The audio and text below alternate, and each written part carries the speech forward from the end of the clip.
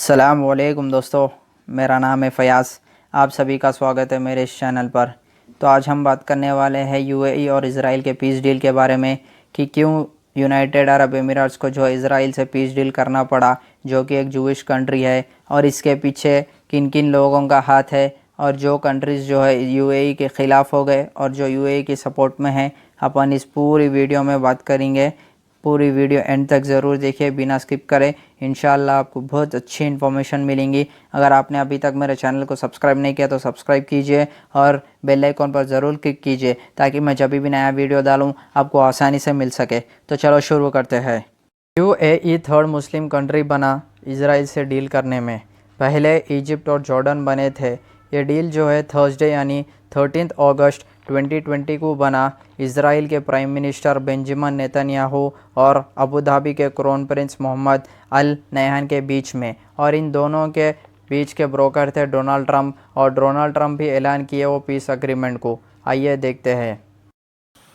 After 49 years, Israel and the United Arab Emirates will fully normalize their diplomatic relations.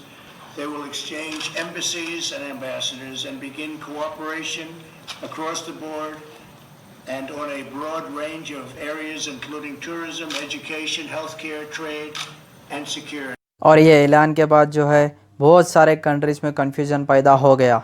असल ये deal क्या है बोले तो the UAE will establish diplomatic relationship with Israel in return for president Benjamin Netanyahu committing to give up a stated plan to annex the West Bank. इसका मतलब यह है कि यूएई जो है इज़राइल से डिप्लोमेटिक रिलेशंस रखेंगा। अब इसके बदले में नेतन्याहू जो है गाज़ा की जो स्ट्रिप है वेस्ट बैंक, इसको अपने कंट्रोल में लेना रोक देंगे बोल के। लेकिन डील किए 24 आवर्स के बाद ही नेतन्याहू ने साफ कह दिया कि वेस्ट बैंक जो है सिर्फ लिमिटेड टाइम के वास्ते ही रोका जाएगा बोल के। इससे अपन साफ अंदाज़ा लगा सकते हैं इज़राइल अपना कंट्रोल वेस्ट बैंक पे लेना नहीं छोड़ेगा। और ये डील के बाद जो है बहुत सारे कंट्रीज़ यूएई से ख़िलाफ़ हो गए, सिवाय सऊदी अरेबिया, अमेरिका और थोड़े बहुत कंट्रीज़ को छोड़कर।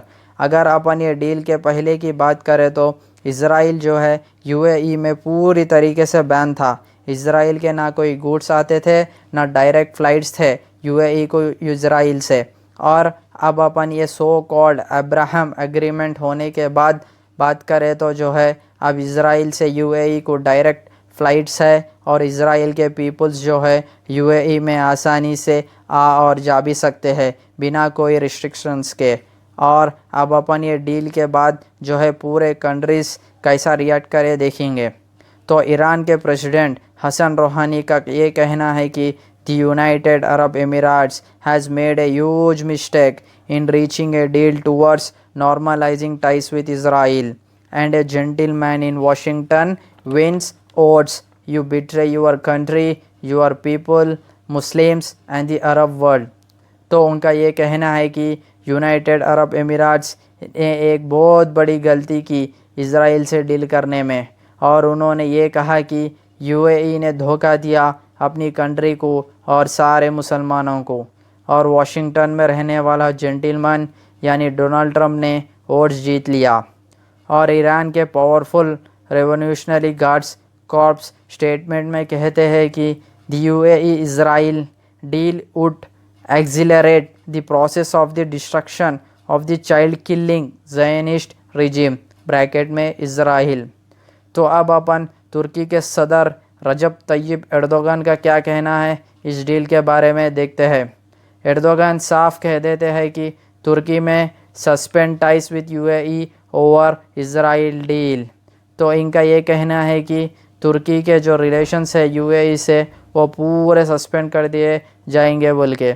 और एर्दोगन कहते हैं Ankara might pull back its ambassador from Abu Dhabi after UAE decided to normalise ties with Israel. Erdogan का कहना है अबू धाबी में से अंकारा का एम्बेसडर को जो है निकाल दिया जाएगा। और तुर्की के फॉरेन मिनिस्टर कहते हैं history would never forgive the UAE's hypocritical behaviour in agreeing such a deal. तो फॉरेन मिनिस्टर का कहना है इतिहास कभी माफ़ नहीं करेगा यूएई को यह डील करने की वजह से। और फ़लस्तीन के लीडर का कहना है कि यूएई ने उनको धोखा दिया।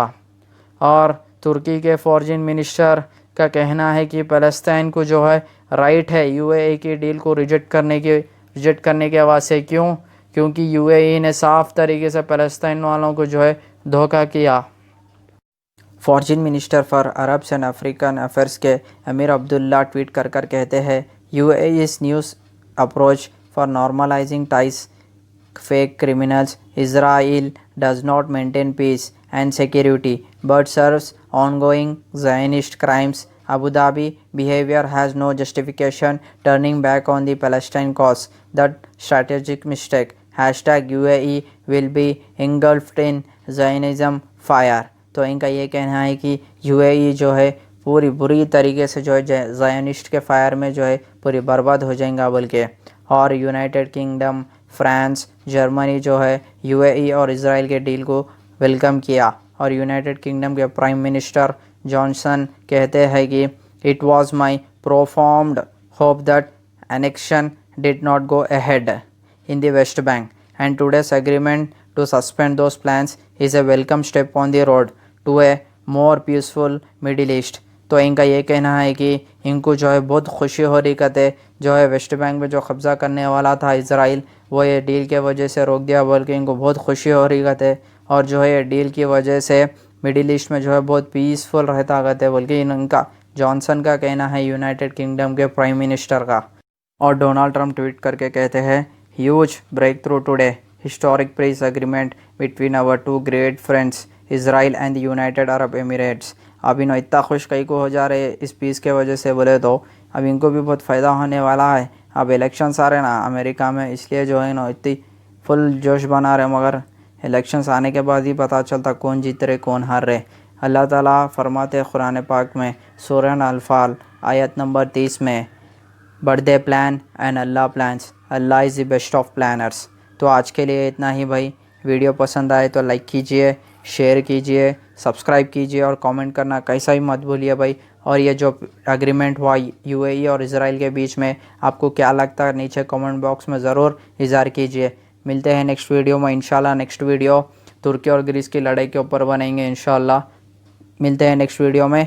अल्लाह हाफिज़।